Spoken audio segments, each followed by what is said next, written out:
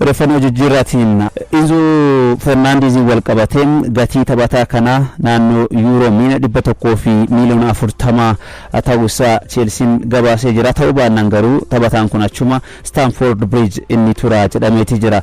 Gatii Chelsea dhiyeesseef yookiin gatii Chelsea kaa'e kana Manchester City kennuufi yookiin tole jechuu dhabuu danda'a jedhamee jira. Ta'us garuu har'a galgala hamma sa'aatii 12tti Manchester City Enzo Fernandez fudhachuuf dhiisuu isaa ni beeksisaa fi kan eegamu taphataan kun Enzo Fernandez taphattoota sarara duratti Premier League England ga'umsa fooyyee mul'isaan keessattuu yeroo Enzo Marescan leenjisaa Chelsea turanitti taphataa kana sirnaan beeku. Leenjisaan amma kilaba Manchester City Enzo Marescan kanaaf taphataa kana gara Itaal fiduudhaaf wanti isaan barbaadaniifis kanuma fakkateedha kan himamaatii jiru. Ta'us garuu Manchester City taphataa kana euro miliyoona 140 baasee mallatteeffachuun yookiin fudhachuun isaa shakkii ta'uu isaati kan himamaatii jiru. Rodri gurgurri ammallee Barcelonaan Rodri fudhachuudhaaf gaafii dhiyeesse akkasuma waliin dubbachaa jiru. Manchester City fi Barcelonaan gatii irratti waliin hin galle. Kanaaf Rodri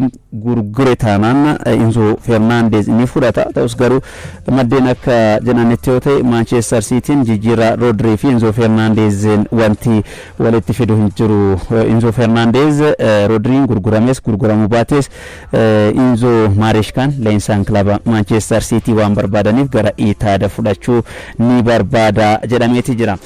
Manchester City wal qabatee kontraata Jeremy Doku dheeressee jira. Jeremy Doku taphataa Premier League England saffisa olaanaan beekamuudha. Taphattoota garee faallaa boqonnaa da'uudhaan taphataa beekamuudha. Jeremy Doku amma ganna 24 irratti argama. Kontraata waggaa 5 dabalata City keessa isa tursiisuu dheeressee amma bara 2031tti Manchester City waliin kan turu ni ta'a.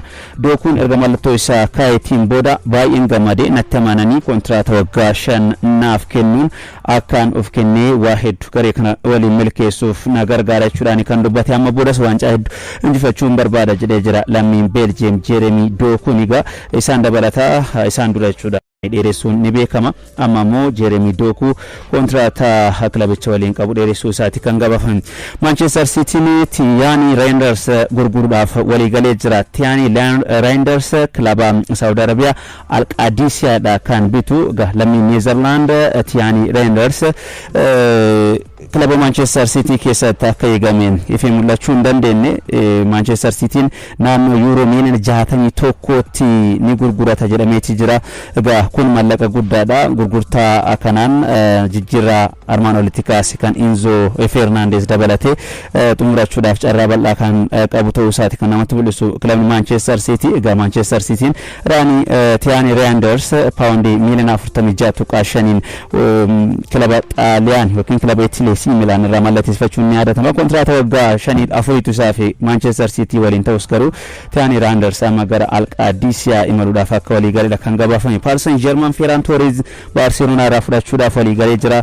Kilabni France Champions Super Cup yookiin waancaa kilaboota mo'amtoota kilaboota Awurooppaa Paris Saint-Germain taphataa sarara fuulduraa garee biyyaalessaa Spain fi kilaba Barcelona kan ture Ferran Torres mallatteeffatee jira. Taphataan kun kan irra kilaba Manchester City keessatti ni beekna. Gara Barcelona erga deemes taphataa murteessaadha. Keessattuu jijjiirama seenee jijjiirama inni ni beekama. Waancaa addunyaa bara kana irratti Spain yoo injifattu gool injifannoo kan galche Ferran Torres amma qubannaan isaa kilaba Paris Saint-Germain ta'uudhaaf akka dhiyaateedha.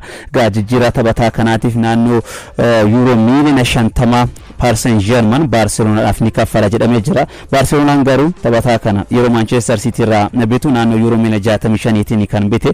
Naannoo miliyoona euro miliyoona 15 kasaaruudhaan miliyoona 50 Paris Saint-Germainiif gurguruudhaaf akka walii galeedha kan gabaafame. Odeeffannoo koobiraatiin Erling Braut Haaland arganna. Milkaa'ina ajaa'ibsiisoo dabarseef galmee raajii addunyaatiin beekamtee argatee jira. Erling Braut Haaland milkaa'ina ajaa'ibsiisoo bara dorgommii darbee dhandhame ordofuudhaan gaa Guinness World Records beekamtiif badhaasa kennuu fi beeksisee jira.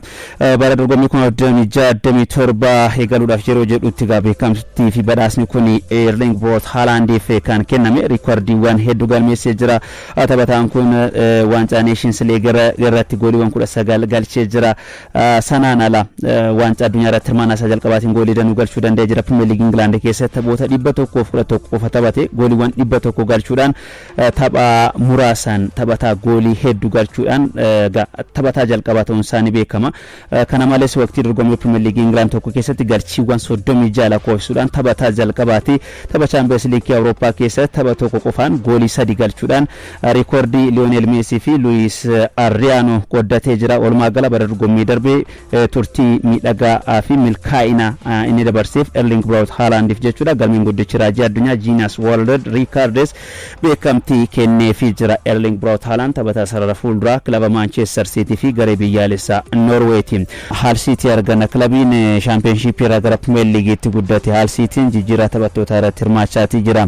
Hull Cityn akka ooftan jedhatti bara dorgommii dhufu gara championship'itti gad deebi'a jedha. Amma garuu taphattoota danuutaan mallateessifachaati kan jiru. Kilabiin kun lammii Senegal taphataa ganna 20 Novel Mendin Rayo Vallecano irraa mallateessifatee jira. Gatiin taphataa kana ifatti beekamu baatus garuu naannoo paawundi miiliyoona 20 oliitiin akka mallateessifateedha kan gabaafame. Taphataan ganna 21 kun egaa ga'umsa gaarii Rayo Vallecano keessatti mul'iseen amma gara Premier League England dhufuu danda'ee jira. Gara Premier Leagueetti dhufuun abdii fi hawwii koo ture. Abjuu koo milkeessee jira. Baay'een gammadee jechuudhaan kan dubbate Novel Mendin lammiin Senegal kun jechuudha. Egaa taphataan kun naannoo paawundi miiliyoona 22 tilmaamuudha kan mallateesse. Kun ammoo gatii riikoordii jijjiirraa kilaba Hull City ta'uu isaati Sky Sport kan gabaase. Odeeffannoo koo xumuraatiin Omar Artan arganna. Abbaa murtii lammii Soomaaliyaa. Omar Artan abbaa murtii lammii Soomaaliyaa tapha xumuraa waancaa mo'attoota kilaboota Awurooppaa dursuun isaanii ni beekama. Egaa Ameerikaa akka hin seenneef dhorkamuun isaanii yadatama. Dengadda ammoo waancaa mo'attoota kilaboota Awurooppaa kan Paris Saint-Germain fi Aston Villa dursuun isaanii ni beekama. Artan gaa tapha sana erga dursaniitii booda yaada kennaniin UEFA'n gamtaan kubbaa miilaa Awurooppaa nan galateeffadha. Jireenya koo gara jireenya fooyya'aatti na jijjiiranii jiru jechuudhaan kan dubbatanii akkasumas kun waancaa addunyaa kooti jechuudhaanis gaa tapha sana dursuu isaaniitti akka gammadan kaasanii jiru. Omar Artan abbaa murtii lammii Soomaaliyaa abbaa murtii cimaa Afrikaa abbaa murtii ganna 34ti. Egaa dhimma siyaasa Ameerikaa keessa jiru wal qabatee gara Ameerikaa akka hin deemne dhorkamuun akka hin seenne dhorkamuun isaanii kan yaadatamudha. Seenaa ispoortii addunyaa keessatti gurgurtaan qaaliin geggeeffameetii jira. Kubbaa kaachoo keessatti kilabni Los Angeles Lakers jedhamu kilaba beekamaa Ameerikaati. Kubbaa kaachootiin Ameerikaa keessatti kilaboota beekaman keessaa gurgurtaa qaalii kilaboota addunyaa kan ta'e naannoo paawundi biliyoona 12.5tiin gurguramuudhaaf akka dhiyaateedha kan ibsame.